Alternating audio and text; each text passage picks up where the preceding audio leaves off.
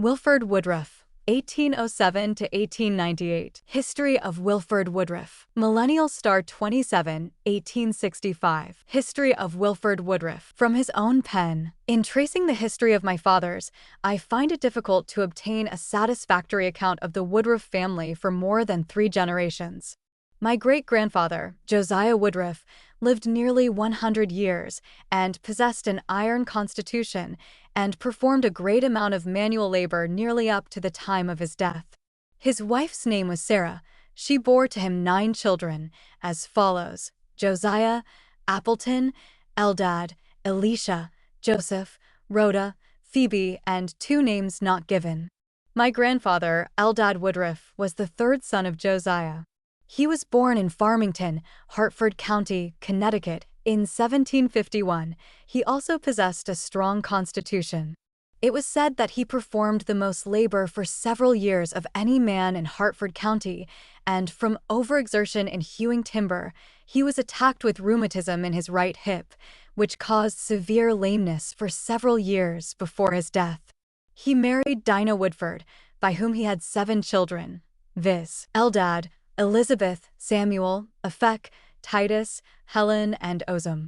Eldad married Louis Woodford, Elizabeth, Amasa Frisbee, Samuel, Miss Case, Ephek, Beulah Thompson, and Azuba Hart, Titus, Louisa Allen, Helen, Amos Wheeler, and Ozam, Axa Merrill and Hannah Hart, all of whom had large families.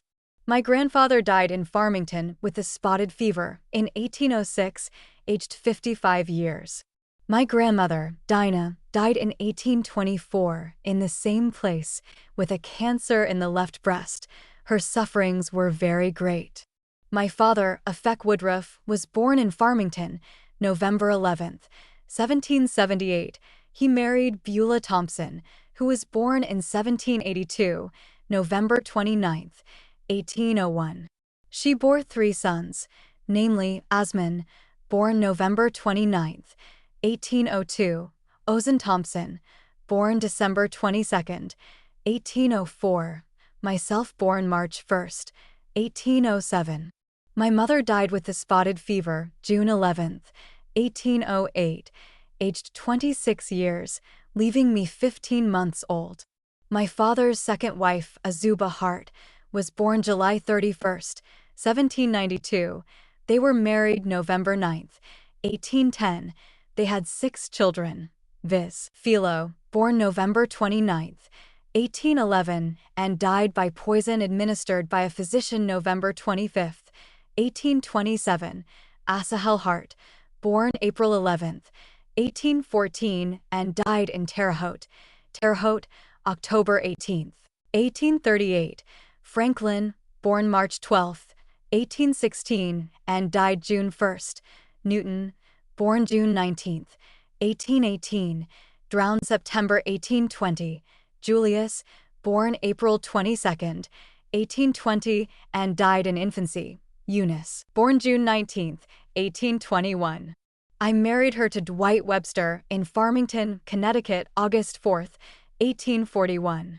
My father was a strong constitution man and has done a great amount of labor. At 18 years of age, he commenced attending a flowering sawmill and continued about 50 years. Most of this time he labored 18 hours a day. He never made any profession of religion until I baptized him, with all his household, into the Church of Jesus Christ of Latter-day Saints on the 1st day of July 1838. He was a man of great charity, honesty, integrity, and truth, and made himself poor by giving to the poor and accommodating his fellow men by loaning money and becoming surety for his neighbors, and always saying yes to every man who asked a favor at his hand. I was born in the north part of the town of Farmington, now called Avon, Hartford County, Connecticut, March 1st, 1807. I assisted my father in attending the Farmington mills until I was 20 years of age.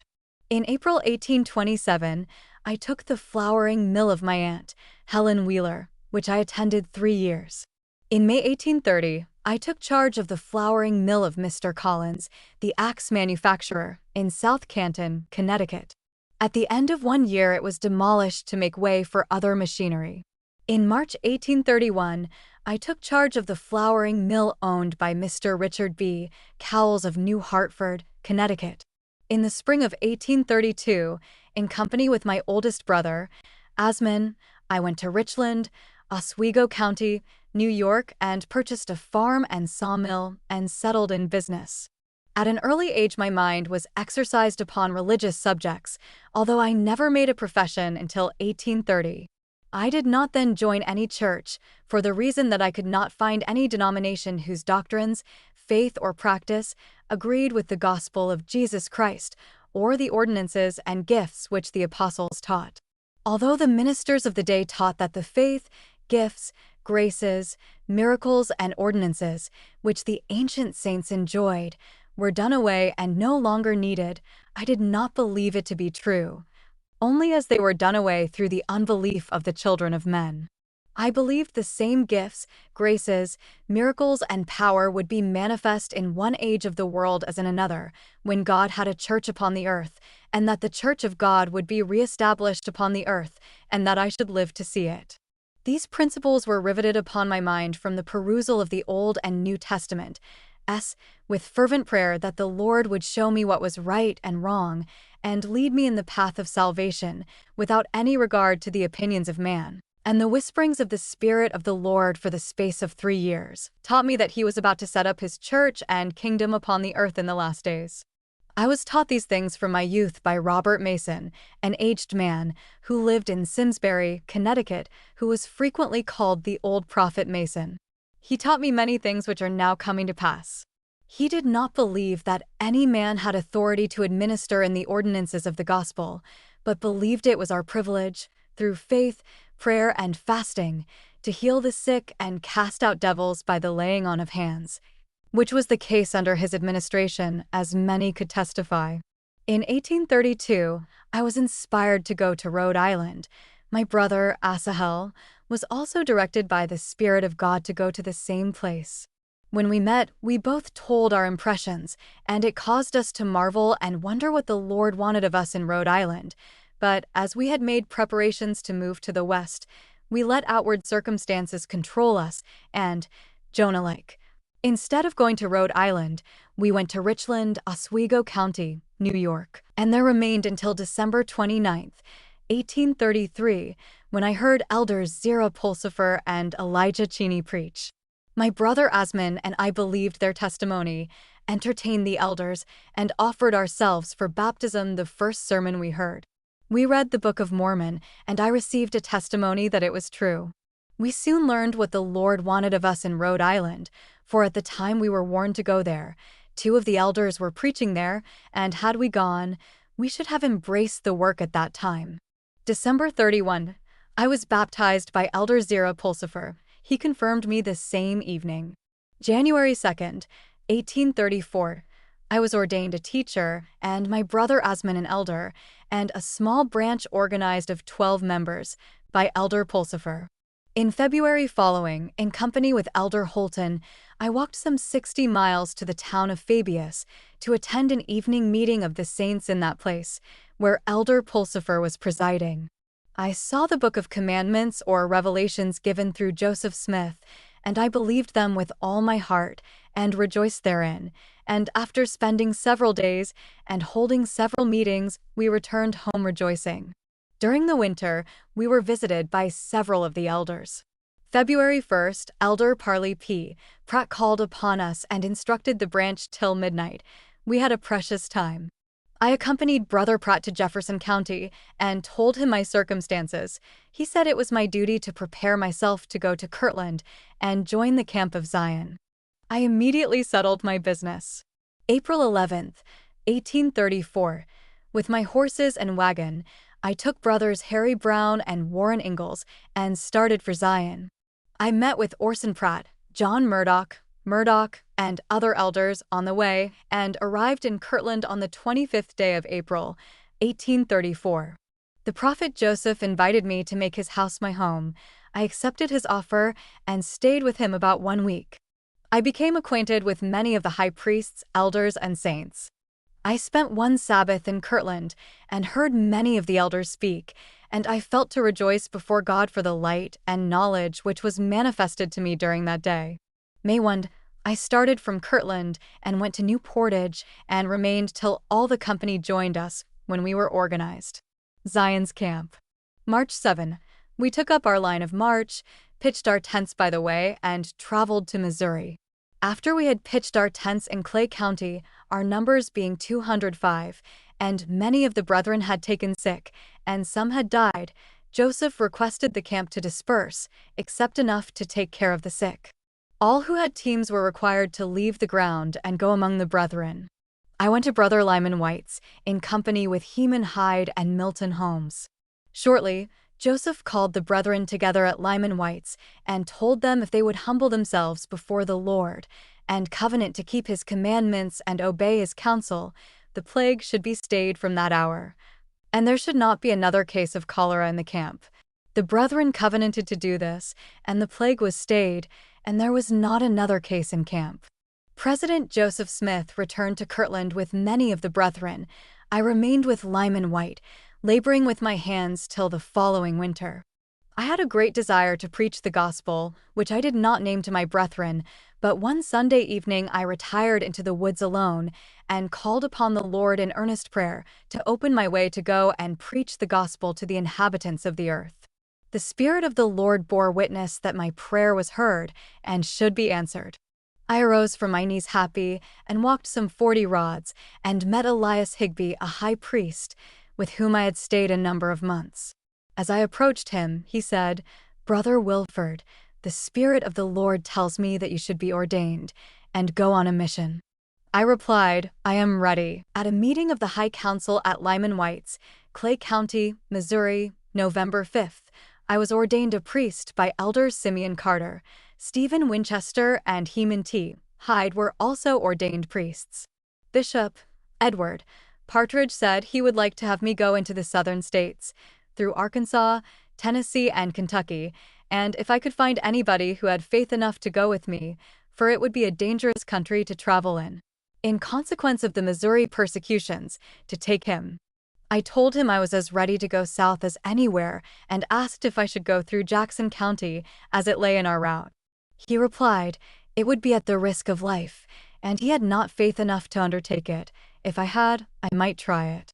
I also asked him, if I went through Jackson County, if I should start without purse or scrip, according to the law of God. He answered that he had not faith enough to start on a mission through Jackson County without money, and if I did it, I must do it on my own faith.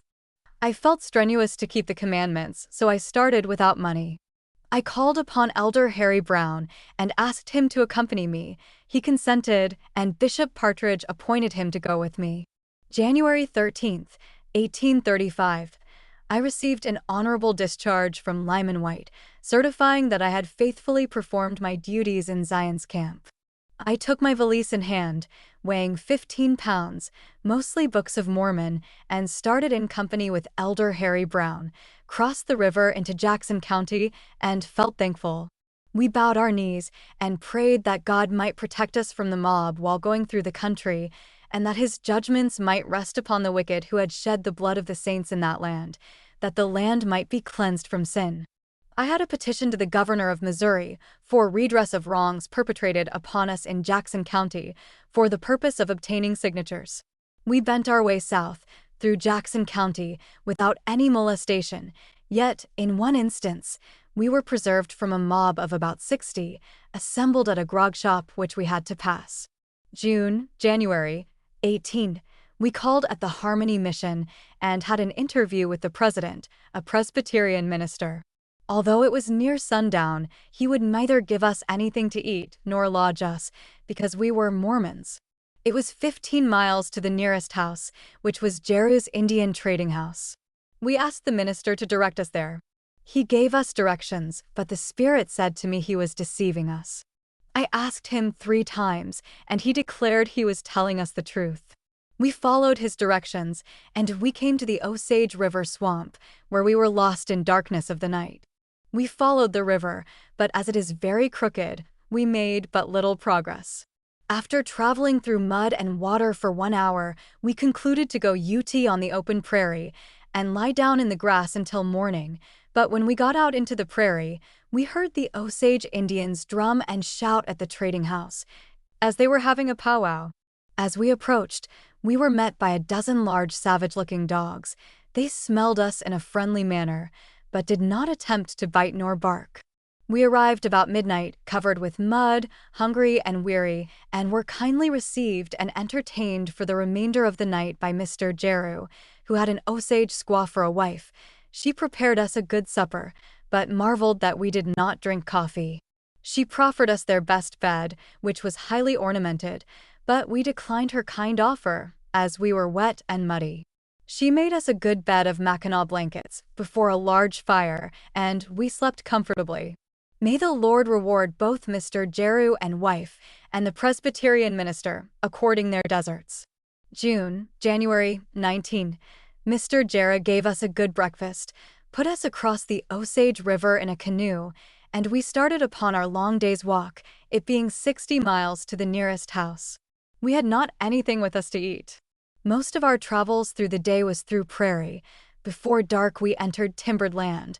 As we approached the timber, a large black bear met us. We had no weapons. When the bear got within about 6 rods of us, he rose upon his hind feet and examined us a short time and went off. We were soon enveloped in such thick darkness that it was with great difficulty we could keep the road, and surrounded by a large drove of wolves, which kept up a continual howling and would frequently rush to within a few feet of us. We traveled about 2 hours in this situation, feeling that we were in danger, and concluded to stop and build a fire and wait till morning. Accordingly, we built a large fire, which drove the wolves off, and as we were about to lie down, we heard a dog bark and a bell.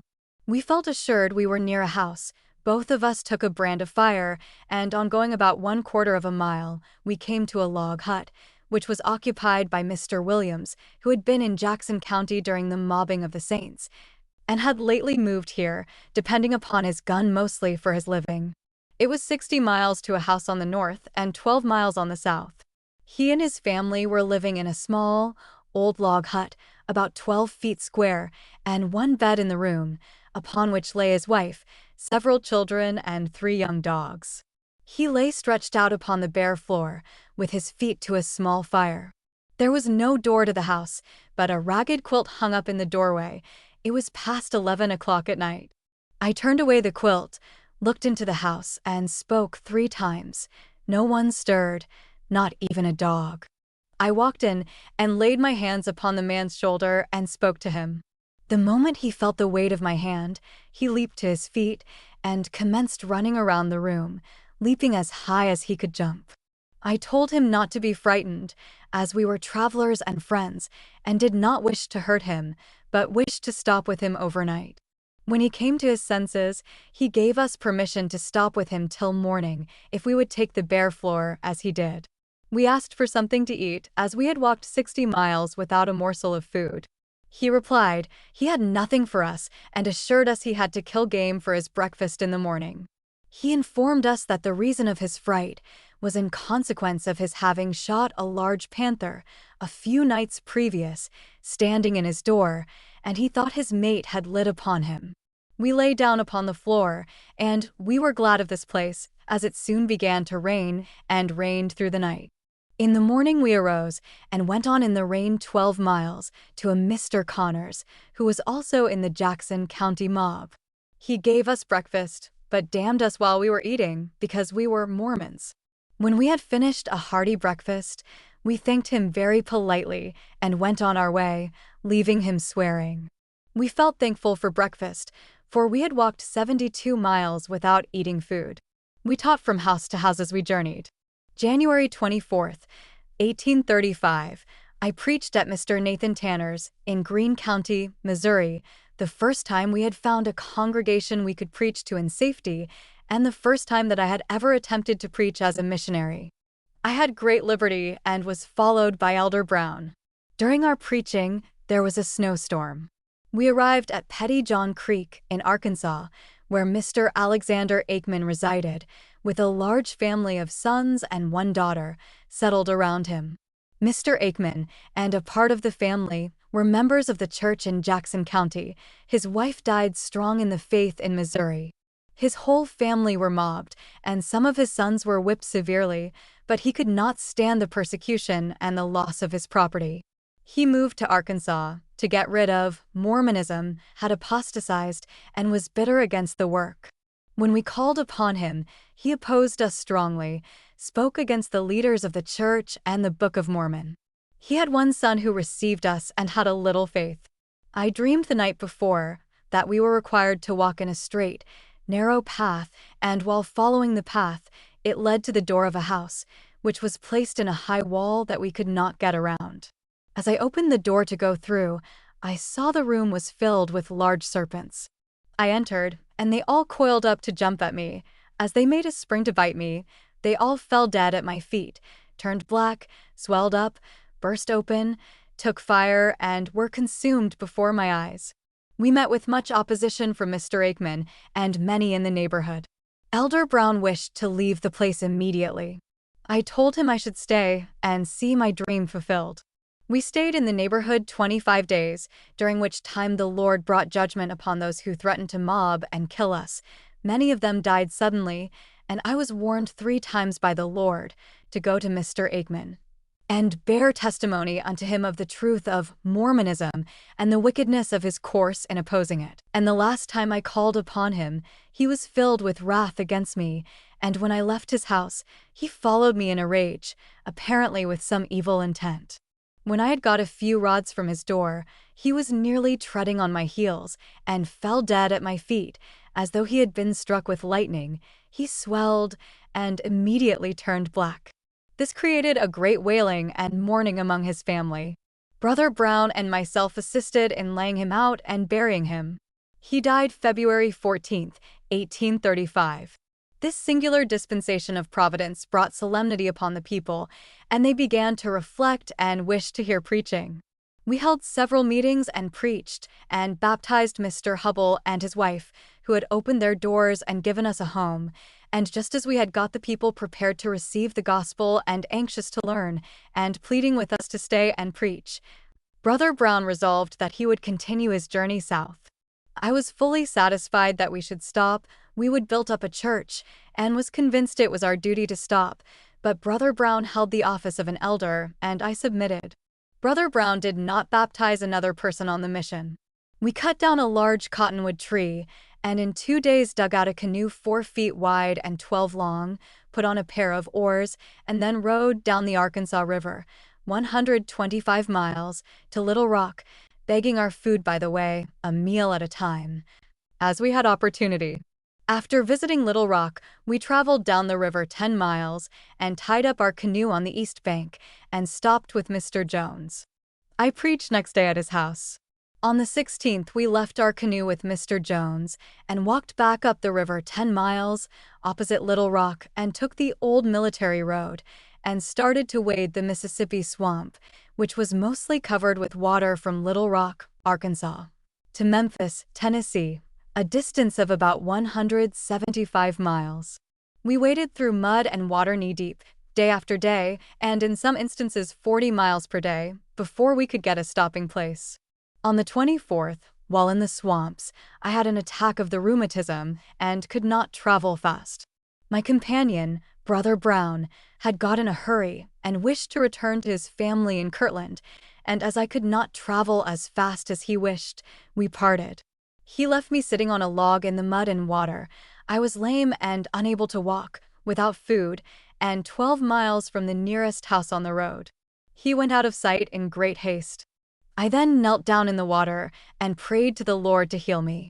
The Spirit of the Lord rested upon me, and I was healed. The pain left me. I arose and went my way. Whenever I met with one or more families, I preached and bore testimony to them. I crossed the Mississippi River to Memphis, Tennessee, in the evening of the 27th of March and stayed at a public house kept by Mr. Josiah Jackson. I was suspected of being an impostor. Mr. Jackson believed I was one of Murrell's clan, who were then murdering and stealing Negroes, and to test me, he gathered together a large house full of the most wicked and corrupt people in the city, and set me to preaching, to see whether I could preach or not. I do not think that Mr. Jackson, or the same company of men and women, will ever meet together again for the same purpose, for they would not like again to have their sins and abominations revealed to each other as pointedly as I told them that night. Through the inspiration of the Holy Ghost, they were glad to get rid of me upon almost any terms. I traveled from Memphis to Middle Tennessee. April 4th, I met with Elder Warren Parrish in Benton County. He and David W. Patton had labored together through the winter in Tennessee and baptized 20 persons. Elder Patton had returned to Kirtland. I joined Elder Parrish, and we labored together over 3 months, traveling and preaching daily, baptizing such as would receive our testimony, extending our labors in Tennessee and Kentucky. June 23, we received a letter from Oliver Cowdery requesting Elder Parrish to come to Kirtland, and for me to remain and take charge of the southern churches, and the Lord would bless me in so doing. June 28, Warren Parrish ordained me an elder. We baptized some 40 persons while laboring together. July 23, Elder Parrish left. I traveled alone through the year and extended my labors both in Kentucky and Tennessee. I baptized 43 persons during the season, 31 after Brother Parrish left. November 15, while traveling in the night with Brother Benjamin L. Clapp and others, a tremendous storm of wind and rain overtook us. We came to a creek which had swollen to such an extent by the rain that we could not cross without swimming our horses. Several of the company were females. We undertook to head the stream, to ford it, but in the attempt, in the midst of the darkness and the raging of the wind and rain, we were lost in the thick woods, amidst the rain, wind, creeks, and fallen treetops. We crossed streams nearly 20 times. I was reminded of Paul's perils by water, but the Lord was merciful unto us in the midst of our troubles, for while we were groping in the dark, running the risk of killing both ourselves and animals by riding off precipitous bluffs, a bright light suddenly shone round about us and revealed our perilous situation, as we're upon the edge of a deep gulf. The light continued with us until we found a house and learned the right road.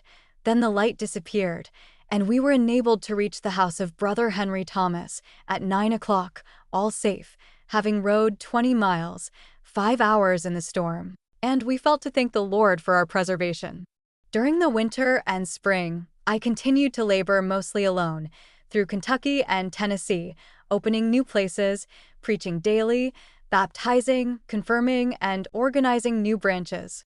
February 26, 1836, at a conference held at Brother B. Benjamin L. Clapp's in Callaway County, Kentucky, I ordained A. Abraham O. Smoot and Benjamin Boydston, elders, and B. L. Clapp and Daniel Thomas, priests. Brothers Smoot and Clapp both entered into the labors of the ministry. Elder Smoot frequently accompanied me on my mission. Elder D. David W. Patton returned to Tennessee in April and joined us in our labors, accompanied by his wife. It was a happy meeting. He related to me the blessings he had received in Kirtland during the endowments. We traveled and labored together. Persecution raged against us. Elder Patton bore a strong and forcible testimony of the work of God, and when we were opposed by mobs, he would rebuke them in great plainness. We were threatened, but not injured. The sick were healed under our administrations. May 27, Elder Warren Parrish arrived from Kirtland. We held a conference on the 28th at Brother Seth Utley's. 7 branches were represented, containing 116 members. Abel Wilson and Jesse Turpin were ordained priests, and Albert Petty a teacher. 31, I was ordained by David W. Patton, a member of the second quorum of 70s. We labored over a circuit of several hundred miles. Brother Abraham O. Smoot labored with us and Brother Clapp frequently. We traveled 2 by 2 and all met together to hold conferences. June 19, a state's warrant was issued against D. David W. Patton, Warren Parrish, and Wilford Woodruff, sworn out by Matthew Williams, a Methodist priest, and served by the sheriff, Robert C. Petty. Elders Patton and Parrish were taken by an armed mob of about 50 under pretense of law, led by the sheriff, a colonel, first and second major, with other officers, and a Methodist priest with a gun upon his shoulder. I was in another county and therefore not taken. We were accused of prophesying falsely by saying that 4 persons who were baptized should receive the Holy Ghost in 24 hours, and that Christ should come the second time before this generation passed away. The whole concern was a mob mock trial, contrary to law, justice, judgment, or truth. On the 29th, I went to a Baptist meeting house on Thompson's Creek to preach. The house was crowded. As I rose to speak, a Baptist priest, Mr. Browning, arrived at the door on horseback and stepped in greatly agitated, and told the deacon to forbid my preaching in the house, at the same time commenced a tirade of abuse against the Mormons, telling several lies which I corrected before the people, which increased his rage. As I was forbidden to preach in the house, and had been invited, and traveled many miles to fulfill my appointment, I told the people I would like to preach, and was willing to stand on a woodpile, a fence, a cart, or any place they would appoint. A man rose and said he owned the land in front of the meeting house, and I might stand and preach on that and welcome. All the congregation, with the exception of the minister and one deacon, arose and left the house, walked across the street, and formed seats of a worm fence, and gave good attention while I preached for an hour and a half on the principles of the gospel. When I closed, Mr. Randolph Alexander, who had never heard a Mormon elder speak before, said, "The people of the present day made him think of a pen of hogs. The keeper would make a trough and pour into it hot or cold water, dishwater, or anything else, and they would drink it. But let a stranger come along and pour over a basket of corn on the backside of the pen, and the hogs would be frightened and run and snort all over the pen." He said it was so with the people. The priests would feed them with any kind of doctrine, no matter how false. The people will swallow it down. But let a stranger come and preach the gospel of Jesus Christ, which will save the people, as Mr. Woodruff has done. And the people are afraid of him. Mr. Alexander invited me home, bought a Book of Mormon, and was soon baptized, and several others followed his example. July 14. I wrote a letter to Oliver Cowdery and sent him a list of subscribers for the Messenger and Advocate, and a detail of my mission in the South. 18. I rode in company with Abraham Smoot to a ferry on the Tennessee River.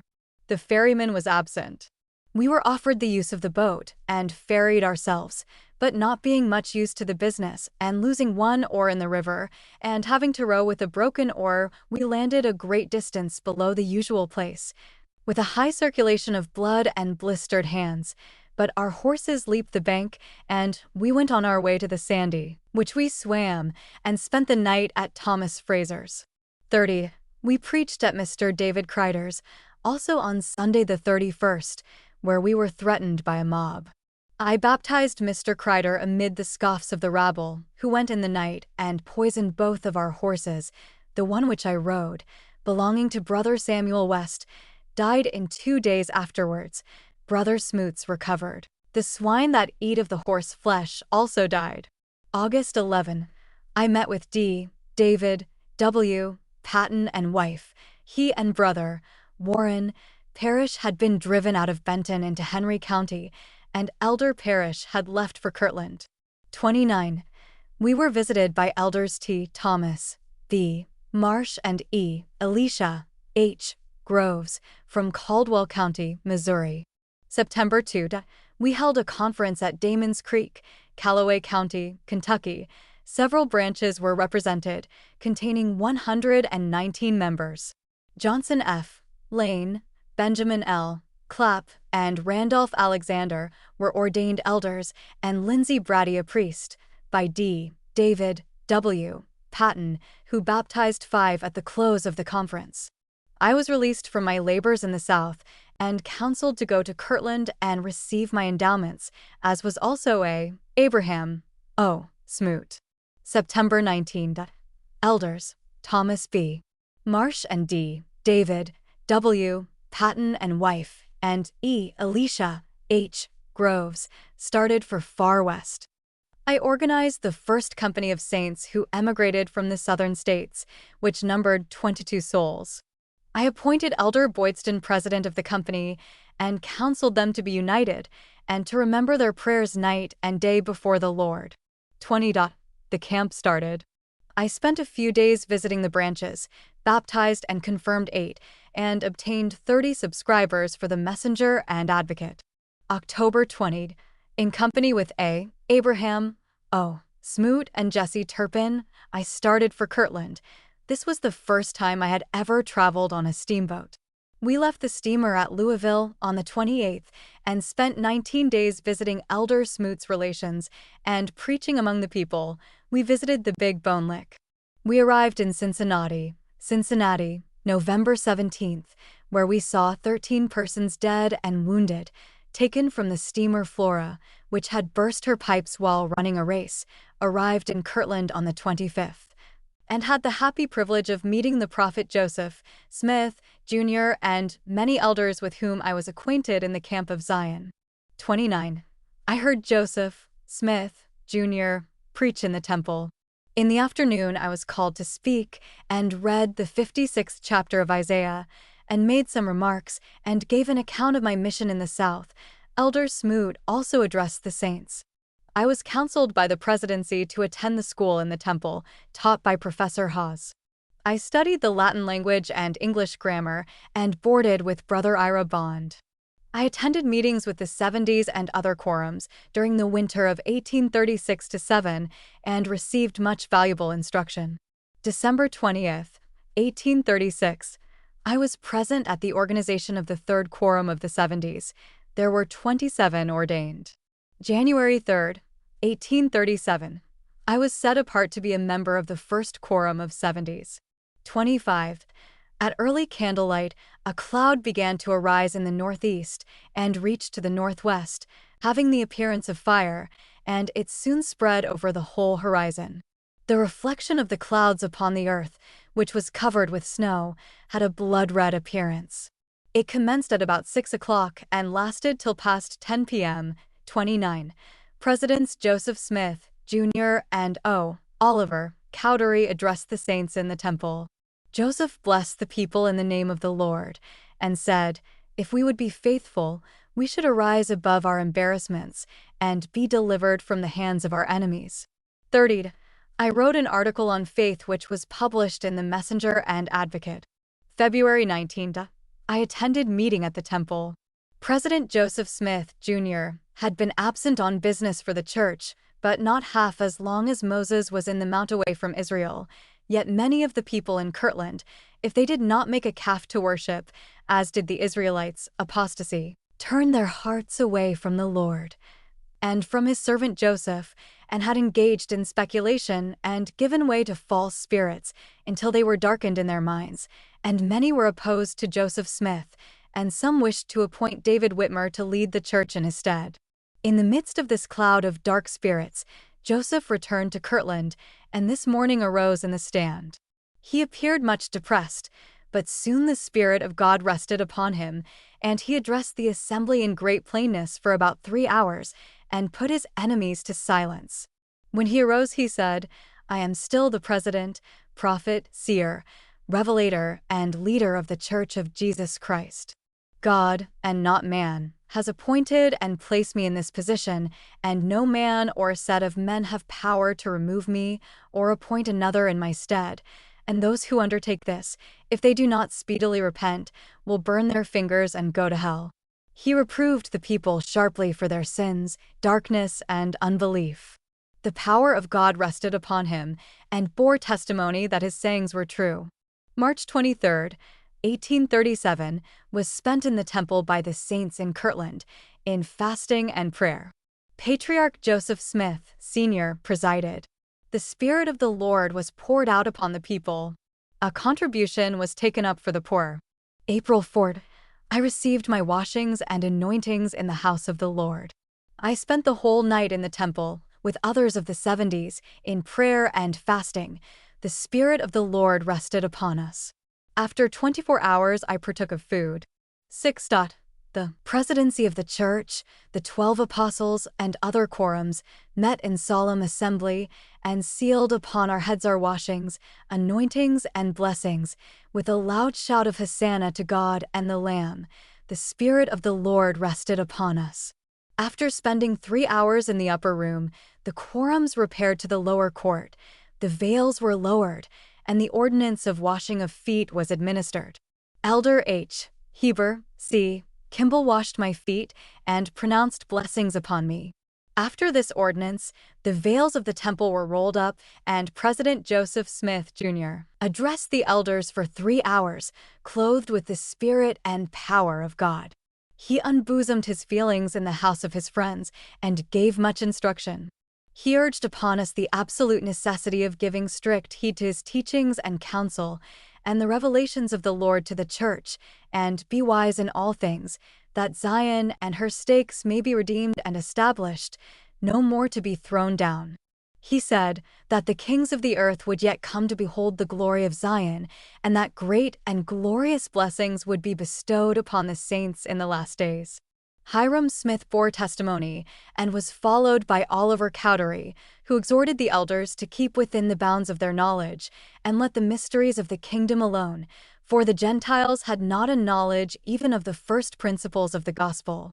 He said, "It is far better to preach what the people would call the small things of the kingdom than to enter into the visions of Isaiah, Ezekiel, and John." The 12 broke bread, which was distributed to the multitude, who eat and were filled. Thanks were returned, and the meeting closed at the setting of the sun. The house was again filled at candlelight. President Joseph Smith, Jr. requested the elders to speak their feelings freely and sing, exhort, and pray, as the Spirit should give utterance. The meeting continued during the whole night. Many of the gifts were poured out upon the people. At break of day we were dismissed. I also spent the night of the 7th in the temple, with several of the elders, in prayer and praise before the Lord. The Holy Ghost rested upon us, and the spirit of prophecy was given, and many things were shown by the Holy Spirit. April 9. President Joseph Smith, Jr. spoke in the afternoon and said in the name of the Lord that the judgments of God would rest upon those men who had professed to be his friends and friends of humanity, and in building up Kirtland, a stake of Zion, but had turned traitors to him and the interests of the kingdom of God, and had given power into the hands of our enemies against us. They had oppressed the poor saints, and had brought distress upon them, and had become covenant breakers, for which they will feel the wrath of God. April 13, 1837. I married Phoebe W. Carter, daughter of Ezra and Sarah Carter of Scarborough, Maine. The ceremony was performed at the house of President Joseph Smith, Jr. by Frederick G. Williams, Esq. The prophet Joseph Smith, Jr., appointed to marry us, but his life was sought by a mob, and he had to flee. 15. I received my patriarchal blessing under the hands of the patriarch Joseph Smith, Sr., my wife having received her patriarchal blessing previously. May 5.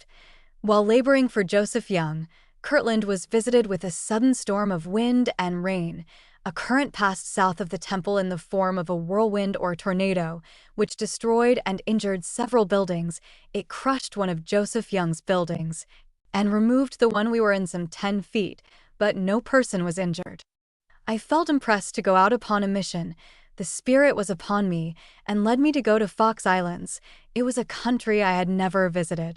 I named my feelings upon the subject to elders, Heber C. Kimball, Sidney, Rigdon, and others. They encouraged me to go. Elder Kimball blessed me and said in the name of the Lord, I should be blessed and prospered on my mission and do a good work. I proposed to Jonathan H. Hale to accompany me, which he did. May 31. I left my wife and friends in Kirtland and walked to Fairport with Brother Hale. We were joined by Milton Holmes and took the steamer Sandusky and arrived in Buffalo, June 1st, and Syracuse on the 4th, walked 36 miles to Richmond, Oswego County, New York, and called upon my 2 brothers, Asman and Thompson, whom I had not seen for several years. We visited the churches as far as Sackett's Harbor, called upon Archibald Paton, and delivered to him some letters from Warren Parish, in which were enclosed many $100 bills, which he had taken from the Kirtland Bank. We crossed Lake Ontario, visited Upper Canada, and attended a conference, May 10th, with elders John E. Page and James Blakesley in the township of Bastard, Leeds County. There were 8 branches represented, containing 300 members, 13 elders, 5 priests, 8 teachers, and 6 deacons. Elder William Draper and myself ordained 7 elders, 9 priests, 11 teachers, and 5 deacons. 5 were baptized by Elder Page at the close of the conference. A woman was possessed of the devil and greatly afflicted, much of the time was dumb.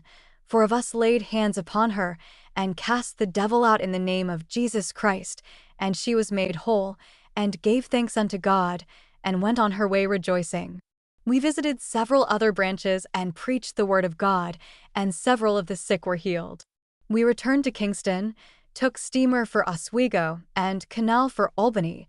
Brothers John Goodson, Isaac Russell, and John Snyder accompanied us from Canada, and left us at Schenectady, to join elders Kimball, Hyde, and Richards at New York, to go to England. We walked from Albany to Farmington, Connecticut, attended a conference of the saints in Canaan, arrived at my father's house July 6th.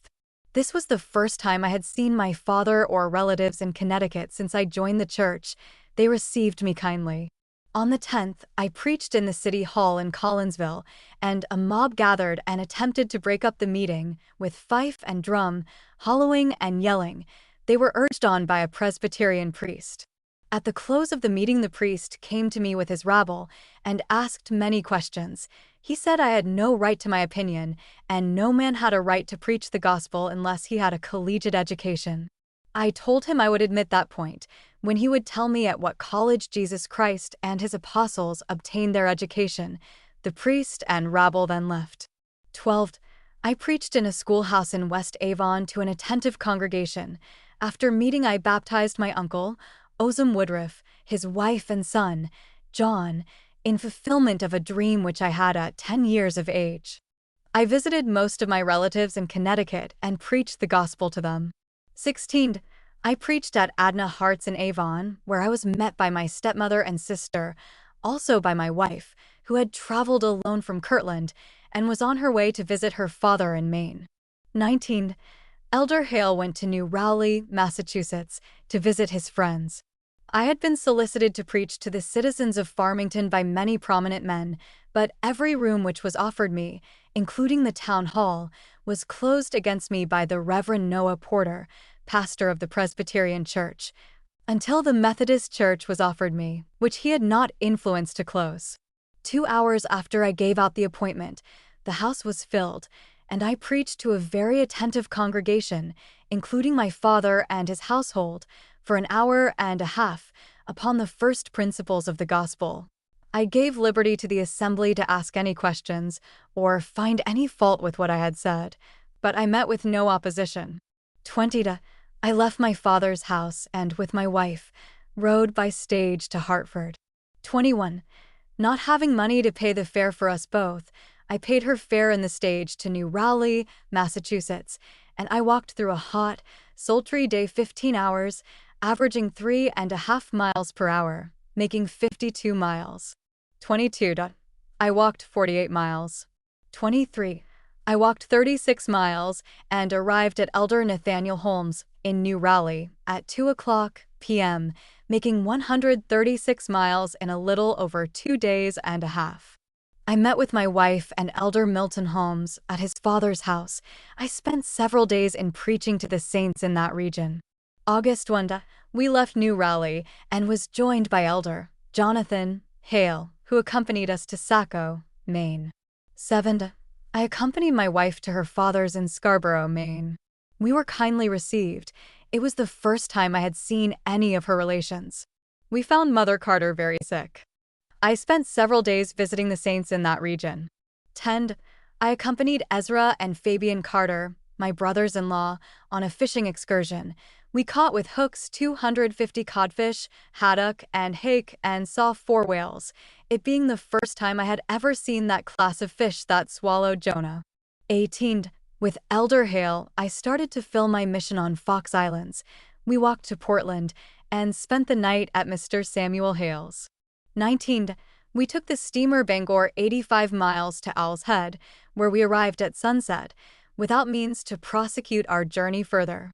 We retired to a high hill and bowed before the Lord and prayed that He would open our way. The Spirit of the Lord rested upon us and testified unto us that our prayers would be answered. As we arose from our knees, a sloop came into the harbor. We went to the captain and inquired where he was going. He replied, through the channel of Vinyl Haven. He took us on board and landed us on North Fox Islands at 2 a.m. on the 20th. We wandered in the dark about an hour, rambling over rocks and bushes, found the house of Mr. Nathaniel Dyer, and were entertained. It being Sunday morning, Mr. Benjamin Kent piloted us to the Baptist Meeting House, occupied by Elder Gideon J. Newton, pastor of the only religious denomination upon the island. At the door, I sent for the deacon and told him I wished him to inform the minister that we were servants of God and wished to deliver a message to that people.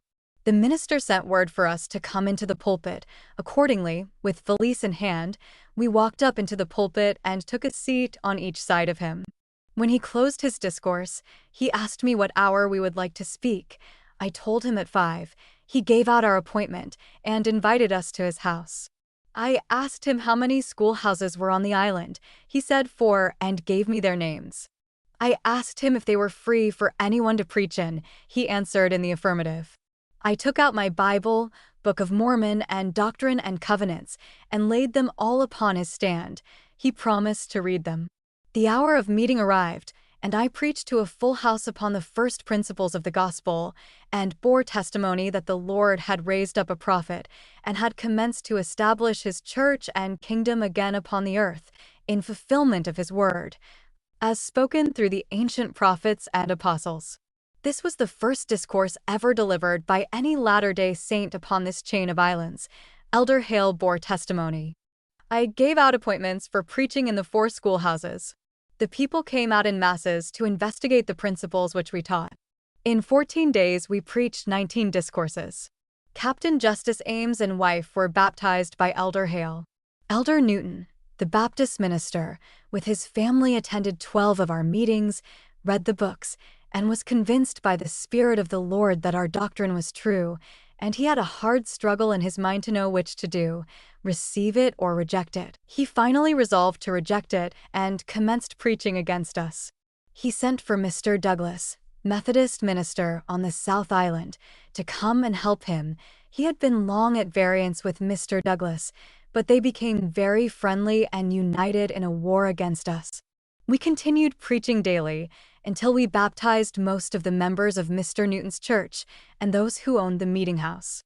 I followed Mr. Douglas to his own island and commenced preaching to his church and baptized a good share of his members, among whom were several sea captains.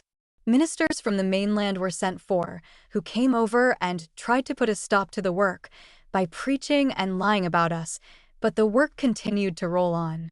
They wished me to work a miracle to convince them that my doctrine was true. I told them they had rejected the truth, and they would see signs, but not unto salvation. Vinyl Haven, which includes both North and South Fox Island, is in latitude 44 long, 69, 10 foot. The inhabitants are generally healthy and industrious and hospitable to strangers. The people obtain most of their wealth by fishing and fit out annually over 100 licensed vessels, beside many smaller crafts. The North Island is 9 miles long and 2 wide, population 800, and contains a post office, a store, a grist mill, for schoolhouses, and a Baptist church. The land is rocky and rough, yet there are farms which produce good wheat, barley, oats, potatoes, and grass. The principal timbers fir, spruce, hemlock, and birch. The rasp, raspberry, and gooseberry grow in great abundance. Sheep are the principal stock.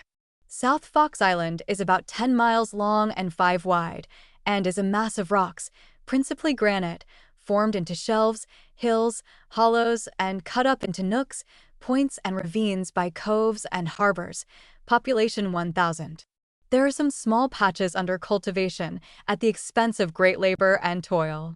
Many resident fishermen fish at Newfoundland and bring them home and dry them upon flakes. They annually supply the market with a great amount of codfish, mackerel, and boxed herring.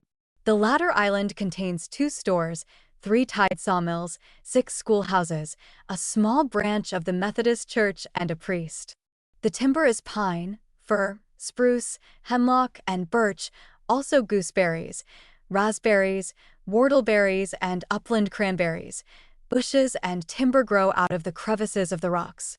There is a great amount and variety of fish in the waters around these islands, viz., whale, blackfish, shark, ground shark, pilot fish, horse mackerel, sturgeon, salmon, halibut, cod, pollock, tomcod, hake, haddock, mackerel, shad, bass, aloes, alewife, herring, pohagen, dolphin, whiting, frost fish, flounders, smelt, skate, shrimp, shad, cusk, bluebacks, scallop or scallop, dogfish, muttonfish, lumpfish, squid, 5 fingers, monkfish, nursefish, sunfish, swordfish, thrasher, cat, scupig, scup, tautog, eyefish, kerner, ling eels, lobsters, clams, mussels, winkles, periwinkles, porpoises, seals, etc. September 6th, the harbor was filled with a school of mackerel, which were caught in great numbers by the people standing upon the wharf. While standing upon the farm of Eleazar Carver on the North Island, I counted 55 islands, many of which were inhabited. October 2, I left the island with Elder Hale. Captain Ames took us to Thomastown in a sloop. 3. We walked 46 miles to Bath. 4. We attended a Baptist convention and preached to a large congregation in the evening in Pierce's Hall. The people listened attentively. 5. We walked 36 miles to Portland. 6. Walked 10 miles to Father Carter's in Scarborough, where I found my wife and friends well. 9. I parted with Elder Hale, who returned to Kirtland. I continued preaching through various towns on the mainland until November 2nd, when I again returned to Fox Islands, accompanied by my wife. 15. I visited the Isle of Holt, 12 miles east, and preached to an attentive congregation, leaving them the Book of Mormon, which they promised to read. I returned on the 16th. I continued my labors during the winter of 1837–8, and nearly every person had attended my meetings and taken sides for or against. Our enemies made attempts to break up our meetings. January 15th, 1838, a company of sailors belonging to the United States Revenue Cutter brought on shore a swivel and joined the mob, parading near the house where I was preaching, and discharged it several times, accompanied with small arms, with the intention of breaking up the meeting. Some of the mob gathered around to see what effect this would have. I warned them in the name of the Lord, and proclaimed the judgments of God that awaited the wicked, and shook my garments in the presence of the people, and told them I was clear of their blood. But they only heard my voice intermingled with the roar of cannon and musketry. Before I closed speaking, the sailors went back on board the revenue cutter. At the close of the meeting I baptized too, also one next day, and while baptizing, the mob again commenced firing guns. The Baptists and Methodists got up the mob. Mr. Douglas, the Methodist priest, when argument failed him, applied to all the magistrates for warrants against me. They refused to grant them as he had no cause of complaint. February 13. I crossed in the mail boat to Hampton and ordained James Townsend. We walked together through deep snows and visited and preached in the towns of Searsmont, Belfast, Northport, Frankfurt, Hampton, and twice in the City Hall in Bangor, to large assemblies, and returned to Fox Islands via Castine and the Isle of Holt. Arrived in Vinyl Haven March 8. Elder Townsend returned home. March 22. I accompanied Brother Stirrett at low tide onto a bar some 40 rods from shore to dig some clams. We were soon joined by Mrs. Woodruff and Sister Stone, who had a curiosity to see how clams were dug. The ground for about 12 rods nearer shore was several feet lower than the point we were on, But we were so busily engaged we did not observe the flowing tide until we were surrounded by water and having no boat. Our only alternative was to wade ashore and carry the women, which we safely accomplished amid the reflection that time and tide waited for no man. April 4th, Mr. Kent, the postmaster, showed me a letter containing 2 sheets of foolscap, signed by Warren Parrish and several of the 12, who had apostatized and been cut off from the church. The communication was full of slander and falsehoods against Joseph Smith, Jr., and all that stood by him. It was sent with the intention of breaking up the work upon these islands. 11. I was visited by Elders Townsend and Milton Holmes, who attended conferences with me upon both islands, and bore their testimony to the people, but the spirit of opposition increased to a great height. I was warned by the Spirit of the Lord to leave for a season and take a Western mission. After visiting the saints from house to house and praying with and encouraging them, I left on the 28th and went to the mainland with Elders Townsend and Holmes. Mrs. Woodruff returned to her father's. We walked to Scarborough. I left May 7th and walked to Bradford, where I left Elder Holmes and proceeded to Boston. May 11. I gave out an appointment to preach at Sister Vose's room, and I went to Cambridgeport to visit Elder A. P. Rockwood, who had been imprisoned in jail on pretense of debt, but in reality out of religious persecution. The jailer locked me in until 10 p.m., but while it disappointed a congregation of people, it gave me a happy visit with Elder Rockwood, conversing upon the work of God. On my return to Boston, the people were waiting to hear me. I spoke to them a short time. May 14th. I left Boston and walked some 30 miles to Holliston, stayed at Deacon Haven's, and preached. I walked to Providence, Rhode Island, from thence took steamer to New York, and arrived on the 18th, met and attended meetings with Brother O. Orson Pratt until the 27th, when I went up the North River to Newburgh and preached in several towns in New York and New Jersey, and walked across the country to Farmington, Connecticut, and arrived at my father's June 11th, 1838. I commenced preaching at my father's house. July 1st, I baptized 6 persons in Farmington River, including my father, stepmother, and my only sister, Eunice, also cousin Seth Woodruff, Aunt Anna Cossett, and Dwight Webster, a Methodist class leader, who was boarding at my father's. When the patriarch Joseph Smith, Sr., gave me my blessing, he said I should bring my father's household into the kingdom of God, which words were fulfilled this day. I confirmed those baptized and organized this small branch of the church, consisting of 9 members, 8 of whom were relatives. I ordained Dwight Webster a priest and administered the sacrament. July 3, I started for the state of Maine and arrived at Father Carter's in Scarborough on the 6th. 14. My wife was delivered of a daughter at her father's house. We named her Sarah Emma. 22. I wrote to Thomas B. Marsh an account of my labors upon Fox Islands and the eastern country. 30. I left Scarborough and returned to the islands. I preached several times to large congregations in the Methodist Meeting House in East Thomastown and in the Town Hall in Camden, before crossing to the islands, where I arrived August 7th. August 9th, 1838, I received a letter from Thomas B. Marsh informing me of my appointment to fill the place, in the quorum of the 12, of one who had fallen, and I was requested to come to Far West as soon as possible, to prepare for a mission to England in the spring. I immediately visited all the saints upon both islands and earnestly exhorted them to sell their property and prepare to accompany me to Missouri. Several immediately sold, but many were poor.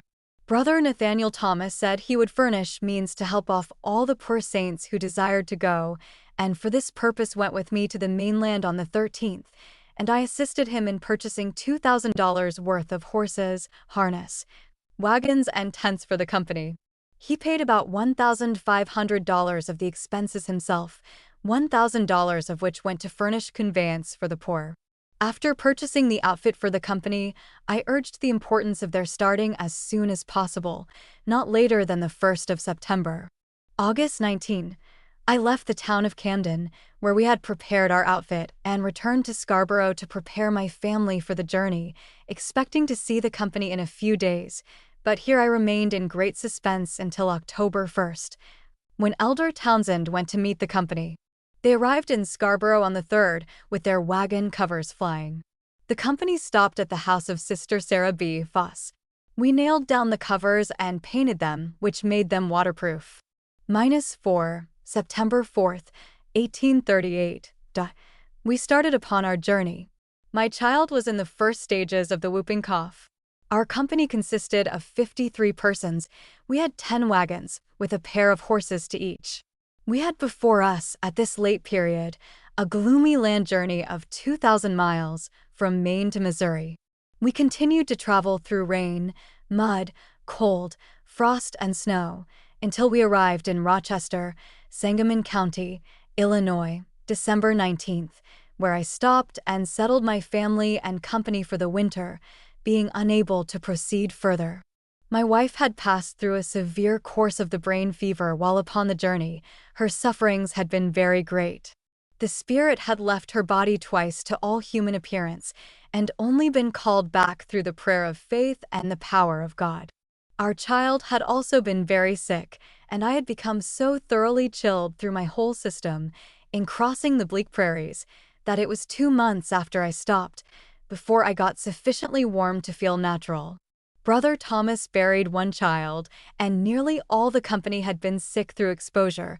Some of them had stopped by the way. I spent the winter laboring with my hands for the support of my family. March 8th, 1839. I attended a conference at Springfield, Illinois. 13. I took my family and started for Quincy, where I arrived on the 16th. I dined with Emma Smith at Judge Cleveland's. I then went on to the bank of the river near Quincy and saw a great many of the saints, old and young, lying in the mud and water, in a rainstorm, without tent or covering, which suffering was caused by the unhallowed persecution of the state of Missouri. The sight filled my eyes with tears, while my heart was made glad at the cheerfulness of the saints in the midst of their affliction. -17, Sunday. I had an interview with President Brigham Young and John Taylor. We held a meeting with the saints. $50 and a number of teams were raised to bring out the remainder of the poor from Missouri. President Young counseled the 12 to locate their families for the time being in Quincy. I returned to Rochester for my effects. While at Springfield, I collected $70 for the relief of the saints in Quincy, which I sent to them. I returned to Quincy on the 8th of April, where I left my family and went to Far West with the 12, and attended the conference on the Temple Block on the 26th, April 1839, where I was ordained one of the 12 apostles. On the cornerstone of the temple, under the hands of the 12, Elder Brigham Young being mouth. Elder George A. Smith was also ordained at the same time. We returned to Quincy on the 2nd day of May. On the 3rd, in company with 5 of the 12, I went to Judge Cleveland's and had a happy interview with President Joseph Smith, Jr., who had just escaped out of the hands of his persecutors in Missouri. It was the first time I had seen him for more than 2 years, and it was a happy meeting. I attended the conference and meetings with the saints in Quincy until the 15th, when I moved my family to Montrose and occupied a room in the barracks with President Young and family. I spent my time in attending the meetings, councils, and conferences. I wrote in my journal the teachings, sayings, and prophecies of Joseph from time to time, as I had opportunity. July 22. I was with President Joseph Smith, Jr., and his council and the 12. It was a day of God's power with the prophet. He healed many who were sick nigh unto death, among whom were Elijah Fordham and Joseph B. Noble. Even the wicked rabble followed to see the sick healed. As Joseph was about to cross the river, a man came to him and asked him if he would go about 3 miles and heal 2 of his small children, who were twins, about 3 months old, and were sick nigh unto death. He was a man of the world. He had never heard a sermon preached by a Latter-day Saint. Joseph said he could not go, but he would send a man. After hesitating a moment, he turned to me and said, "You go with this man and heal his children," at the same time giving me a red silk handkerchief, and said, "After you lay hands upon them, wipe their faces with it, and they shall be healed. And as long as you will keep that handkerchief, it shall ever remain as a league between you and me." I went and did as I was commanded, and the children were healed. On the 25th, I was attacked with chills and fever. I had a chill every other day and was very sick. August 8th, 1839. I laid my hands upon my wife and children, blessed them, committed them into the hands of God, and started upon my English mission, leaving my family sick, and with not more than 4 days' provisions. Brother Brigham Young rowed me across the Mississippi in a boat. I was sick and feeble. When I landed, I laid down upon the bank of the river on a side of sole leather. The prophet Joseph Smith, Jr., came along and looked at me and said, "You are starting on your mission." I said, "Yes, but I look like a poor instrument for a missionary. I look more fit for a hospital or dissecting room than a mission." He replied, "What do you say that for? Go ahead in the name of the Lord, and you shall be healed and blessed on your mission." I thanked him. A brother came along with a wagon, carried me a few miles on my road. I started without purse or scrip and passed by Parley P. Pratt, who was hewing logs for a house. He was barefooted, bareheaded, without coat or vest on. He said, "I have no money, but I have an empty purse. I will give you that." I went a few rods and found Elder H. Heber C. Kimball building a log cabin. He said, "I have $1. I will give you that to put in your purse." He blessed me, and I went my way, accompanied by Elder John Taylor. I had a shake of the ague every other day and lay on the bottom of the wagon while I traveled. We stayed with Samuel H. and Don Carlos Smith at Macomb and held a meeting with the saints, who contributed $9 to our necessities, and George Miller gave us a horse. Father Coltrane was going east. He took us into his wagon to help us along. We spent 5 days in Springfield, where Elder Taylor printed 1,500 copies of a pamphlet upon the Missouri persecution. We sold our horse and left on the 21st and continued our journey. We spent the night of the 24th with Dr. Modisette of Terre Haute. On the 28th, while traveling, Elder Taylor fell to the ground as though he had been knocked down. We administered to him, and he revived. On the following day he fell again and fainted several times. It seemed as though the destroyer would take his life. We traveled with him 4 days after he was taken sick. His sickness proved to be bilious fever. We stopped with him 2 days at a German tavern in Germantown, Wayne County, Indiana, with a kind family with whom he was acquainted. Father Coltrane would stay no longer.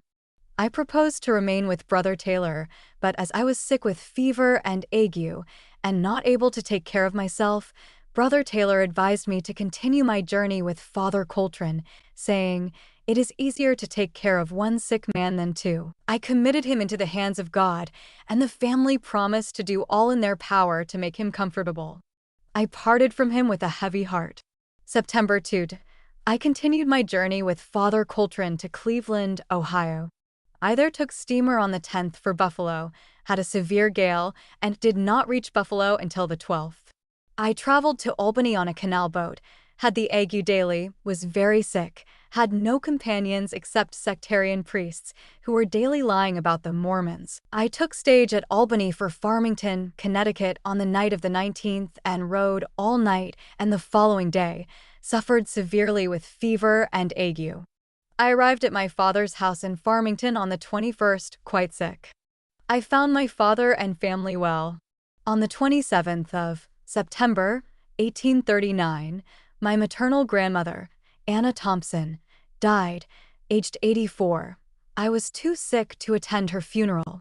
It is a singular incident that my grandfather, Lot Thompson, and Anna Thompson, his wife, Samuel Thompson and Mercy Thompson, all of one family, died in their 84th year.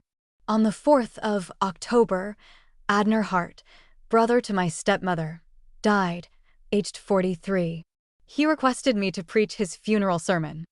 I had been sick at my father's house with the ague for 15 days, attended with a severe cough, and the hour appointed for the funeral was the time for my ague, yet I attended the funeral and preached, and I had no more ague for many days. I left on the 7th and visited New York, Long Island, and New Jersey, in very poor health. November 1. I assisted Elders Clark, Wright, and Mulliner to set sail for England. Elder John Taylor had recovered from his sickness and arrived in New York on the 13th of December, December 19th. In company with Elders John Taylor and Theodore Turley, I went on board the packet ship Oxford and sailed for Liverpool, where I landed January 11th, 1840, in good health and spirits. When I left my father, he gave me some money to assist in paying my passage, also gave me $5, which he requested me to keep until I arrived in Liverpool, saying I would there need it. This I found to be true after landing. That money was all we had to pay our expenses to Preston, and we had tuppence left. We arrived in Preston on the 13th. Had a happy interview with Brother Willard Richards, held a council, and agreed that Elder Taylor go to Liverpool, Elder Turley to Birmingham, and I to Staffordshire Potteries. January 18th, I arrived in Manchester, met Elder William Clayton, who presided over that branch, numbering 164 members. I was immediately called upon to visit a woman possessed with the devil. She was raging and foaming and had to be held by 4 men. The more we rebuked the devil, the worse she raged. We continued to pray and administer until we cast the devil out. She arose and gave thanks to the Lord. The devil then entered into a young child, and we cast him out. I preached several times and laid hands on 28 persons. I went to Burslem on the 21st and met with Elder Alfred Corden, president of the Burslem branch, which numbered 66. I commenced preaching in the Staffordshire Potteries. Elder Turley left for Birmingham on the 29th. I remained in the pottery some 40 days, preaching, baptizing and confirming and blessing children. March 1. As I met in the evening with a large assembly in Hanley, the Lord revealed unto me that it would be the last meeting that I would hold with the saints in the potteries for many days. I told the people it was the last meeting I should hold with them for a season. It created much excitement. I had appointments out for a week, which I got Brother Corden to fill.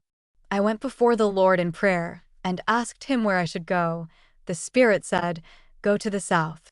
According to the directions of the Spirit, on the 3rd I went to Herefordshire and called upon John Benbow at Castlefroom. I found a people prepared for the gospel. I preached twice at his house. On the 6th, I baptized 6 persons, including John Benbow and wife. I here found a society called United Brethren, numbering about 600 members and about 50 preachers. Thomas Kington was the presiding elder. They came from all quarters to hear me preach and believed my testimony, and I preached and baptized daily. The ministers of the Church of England sent 3 church clerks to see what I was doing, and I baptized them. 1 constable came to arrest me for preaching, and I baptized him. In about 30 days, I baptized 160, 48 of whom were preachers of the United Brethren, including their presiding elder, Thomas Kington. I established 42 preaching places, licensed according to law. On the 9th of April, I had an appointment at Haw Cross. As I was going into the meeting, letters were put into my hands from Elder Brigham Young and others, informing me of his arrival with 5 of the 12, and requesting me to come to Preston and attend a general conference. A vast assembly had gathered to attend my meeting. The house, yard, and street were crowded. A mob had also gathered. I preached to the people. 5 came forward to be baptized. The mob surrounded the pool, armed with stones. I dismissed the meeting and went away, but the congregation and mob remained on the ground till midnight, and as there was no prospect of their dispersing, and the candidates were anxious to be baptized, I went down into the water and baptized 5. In the midst of a shower of stones, the water was all in a foam for a rod around me. None that I baptized were hit, and I was only hit twice, once on my hip and once on my head. The blow on my head raised a large bump, which went away while I was confirming. Subsequently, I baptized many of the mob.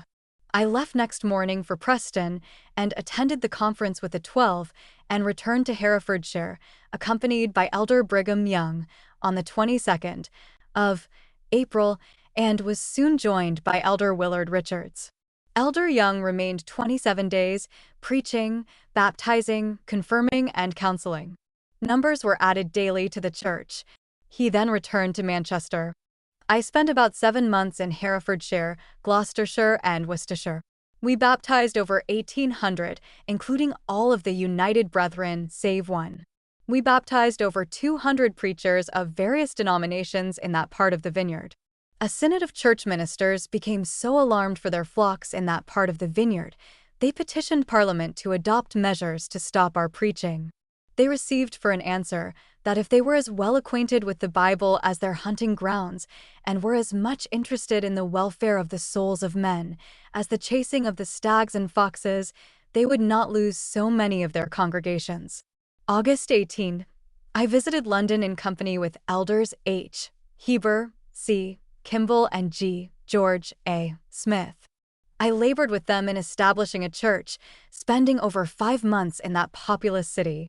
We visited nearly every part of the city and all the notable places that we could have access to. I attended all the general conferences in England and set sail with my brethren of the 12 on the ship Rochester, April 20th, 1841. Arrived in New York May 20th. Chapter of Accidents, written at Great Salt Lake City, February 1858. Varied and diverse are the lives and fortunes of men, while the paths of some are strewn with flowers and ease from the cradle to the grave, with naught to disturb their peace, others are marked victims of varied misfortunes, accidents, and dangers. The last-named class is the one in whose ranks I have stood through my infancy, childhood, youth, and manhood, up to the present time, so much so that it has seemed as though some invisible power or fate was watching my footsteps, in order to find some opportunity to take my life from the earth. I can only attribute the continuation of my life to the present time to a merciful God, whose hand has been stretched out and rescued me from death in the midst of the many dangers and hairbreadth escapes I have passed through, some of which I will here mention. When 3 years of age, I fell into a cauldron of boiling water, was instantly caught out, but was so badly scalded that it was 9 months before I was considered out of danger. At 5 years of age, I fell from the great beam of a barn, striking my face upon the floor, which came near breaking my neck. 3 months afterwards, I broke one of my arms by falling downstairs. I soon after broke my other arm by falling out of a high stoop upon a pile of timber. When 6 years of age, I came near being killed by a surly bull. My father and I were feeding pumpkins to the cattle. A surly bull drove my cow away from the one she was eating. I took the pumpkin he had left, upon which he pitched at me. My father told me to throw down the pumpkin and run. I ran down a steep hill and took the pumpkin with me, being determined that the cow should have her rights. The bull pursued. As he was about to overtake me, I stepped into a post hole and fell. The bull leaped over me, after the pumpkin, and tore it to pieces with his horns, and would have served me in the same way, had I not fallen. During the same year, I went into my father's sawmill with several others. I got upon the headblock to take a ride, while the carriage was running back, not anticipating any danger. My leg was caught between the headblock and the fender post, and broke both bones of my leg below the knee. I was taken to the house and lay 9 hours before my bones were set, suffering severe pain, but being young, my bones soon knit together, and I was upon my feet again. During my confinement by this lameness, my brother Thompson was also confined in the same room with the typhus fever. When 7 years of age, I was riding on the top of a load of hay, which my uncle, Ozan Woodruff, was driving to the barn. He turned the load over upon me. I was nearly suffocated for the want of air before the hay was removed. At 8 years old, I was riding in a one-horse wagon with several others. The horse took fright, ran down a steep hill, and turned the wagon over upon us. But again, while in the midst of danger, my life was preserved. None of us were seriously injured. When 9 years old, I climbed into an elm tree to obtain bark. I stepped upon a dry limb, which broke, and I fell about 15 feet upon my back, which beat the breath out of my body. A cousin ran and told my parents I was dead. Before they arrived at the spot, I came to my senses and met them. When 12 years of age, I was drowned in Farmington River and sunk in 30 feet of water, and after carrying one person to the bottom with me, I was miraculously saved by a young man named Bacon diving to the bottom and carrying with him a large stone. to hold him down until he obtained my body, not expecting to save me alive. I suffered much in being restored to life. At 13 years of age, while passing through Farmington Meadows in the depth of winter, the roads were drifted with snow, and in an exceedingly blustering day, I became so chilled and overcome with cold that I could not travel. I crawled into the hollow of a large apple tree. A man in the distance, seeing me go in, hastened to my rescue, realizing my danger more fully than I did. When he arrived at the spot, I had fallen asleep and was nearly insensible. He had much difficulty in arousing me to a sense of my situation. He procured means to carry me to my father's house, and through a kind providence, my life was again preserved. At 14 years of age, I split my left instep open with an axe, which went nearly through my foot. It was 9 months getting well. At 15 years of age, I was bitten in my left hand by a mad dog in the last stage of hydrophobia.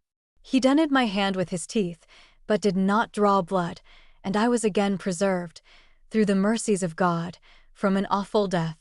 At the age of 17, I was riding a very ill-tempered horse that I was not acquainted with, and while going down a very steep rocky hill, the horse, taking advantage of the ground, suddenly leaped from the road and ran down the steep, amid the rocks, at full speed, and commenced kicking up, and attempted to throw me over his head upon the rocks, but I lodged upon the top of his head, grasped hold of each ear as with a death grip, expecting every moment to be dashed to pieces against the rocks.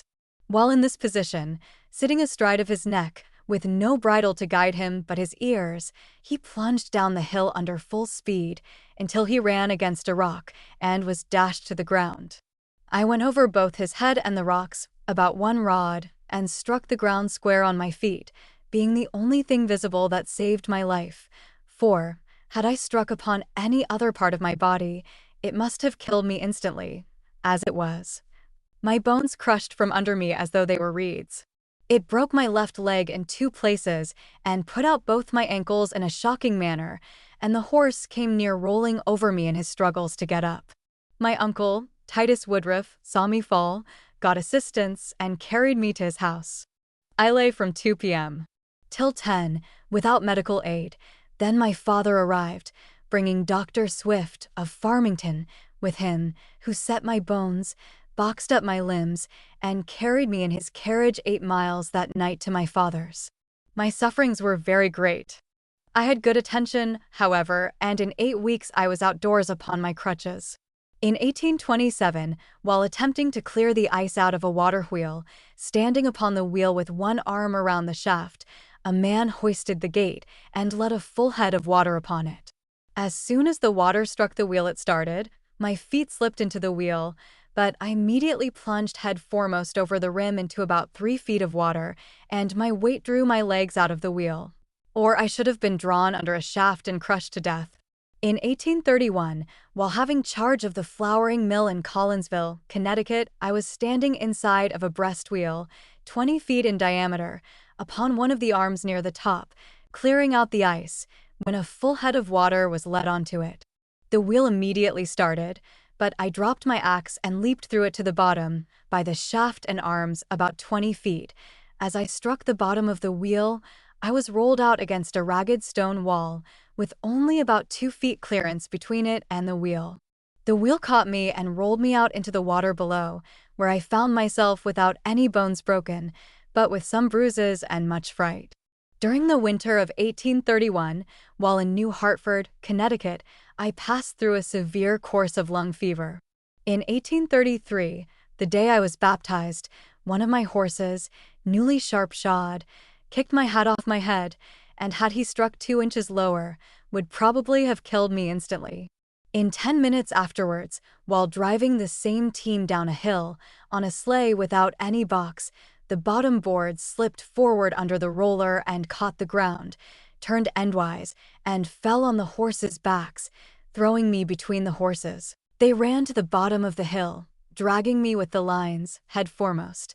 With the sleigh on top of me, about 20 rods over a smooth snow path, I escaped unharmed, however, in the midst of both dangers. In 1834, While traveling in Zion's camp in Missouri, a rifle was accidentally discharged, and the ball passed through 3 tents, with about 12 men in each, and lodged in a wagon axle tree, while a man was standing behind it and injured no one. It passed within a few inches of my breast, and many others escaped as narrowly as myself. A few months afterwards, a musket, heavily loaded with buckshot, was accidentally snapped within a few feet of me, with the muzzle pointed at my breast. It had a good flint and was well primed, but it missed fire, and my life was again preserved. In April 1839, in Rochester, Illinois, I was riding upon the running gears of a wagon without a box, sitting upon the forward axle tree, when the bolt, fastening the coupling pole, came out, which left the hind wheels, and my weight on the forward bolster and tongue turned the coupling pole over onto the horses, turning the stakes upside down, and shut me up fast between the bolster and tongue, but in such a manner that my head and shoulders dragged on the ground. My horses took fright and ran out into an open prairie and dragged me in this position for about half a mile. I managed to guide them with my left hand, so as to run them into a corner of a high worm fence, where we landed in a pile together. I was considerably bruised, but escaped without any broken bones. July 23, 1842, President Joseph Smith, Jr., sent me from Nauvoo to St. Louis to procure a stock of paper. I went down upon a steamboat, was 6 days on the way, during which time I was severely attacked with bilious fever.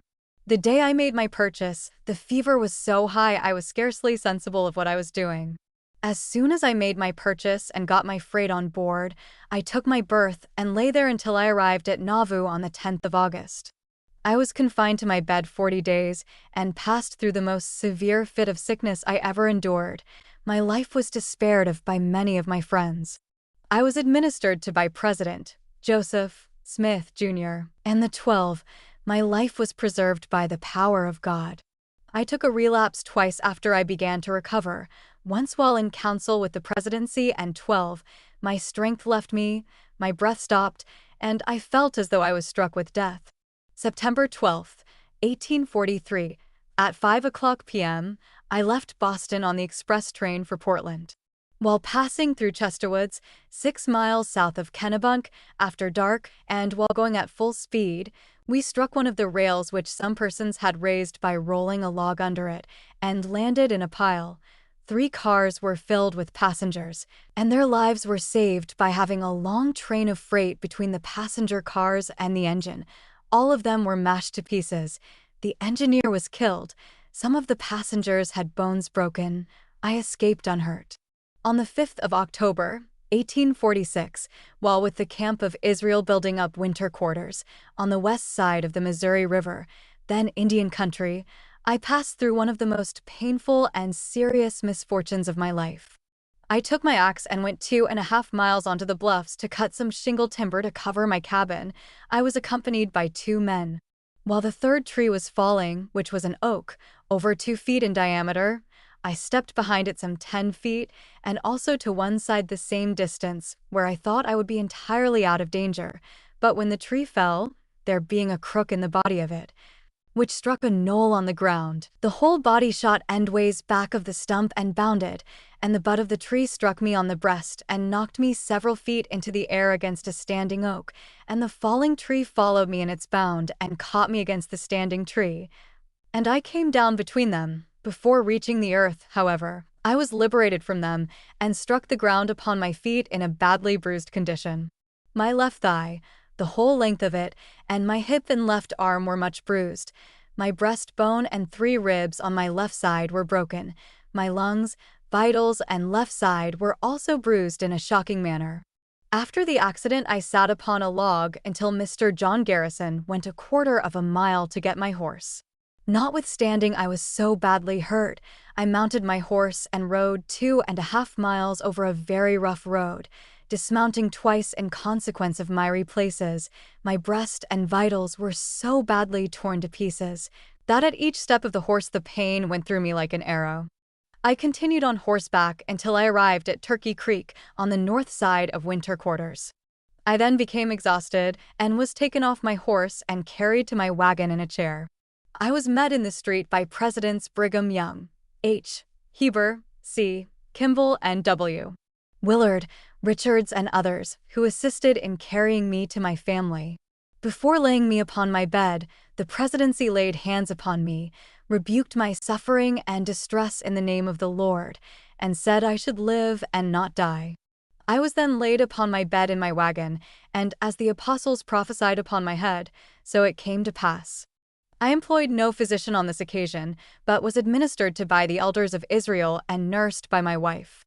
I lay upon my bed unable to move until my breastbone began to knit together, which commenced on the 9th day. I began to walk about in 20 days. In 30 days from the time I was hurt I again commenced to do hard labor. July 5, 1848. While on a mission to the eastern states, I drove my carriage, containing myself and family, into the dooryard of Brother James Williams in Iowa, to camp for the night. I tied my mules to a large oak tree several rods from the carriage. As we were about to lay down in the carriage for the night, I was strongly impressed to go and move my mules from the oak tree, and also to move my carriage. I followed the dictates of the Spirit and removed my mules to a small hickory grove, also moved my carriage several rods, and retired to rest. In a short time a heavy rainstorm came on, which broke the tree near the ground, and laid it prostrate where my carriage had stood. As it was, the top struck the hind end of the carriage. The tree was 2 feet in diameter. Thus, by obeying the whisperings of the Spirit, myself and family were preserved. On the 21st day of April, 1856, while assisting to remove an ox that had died from poison and had been skinned, I inoculated my arm with poison and mortification ensued. The poison worked through my system for 7 days before it showed itself outwardly. On the 28th my arm began to swell, was in great pain, and showed signs of mortification.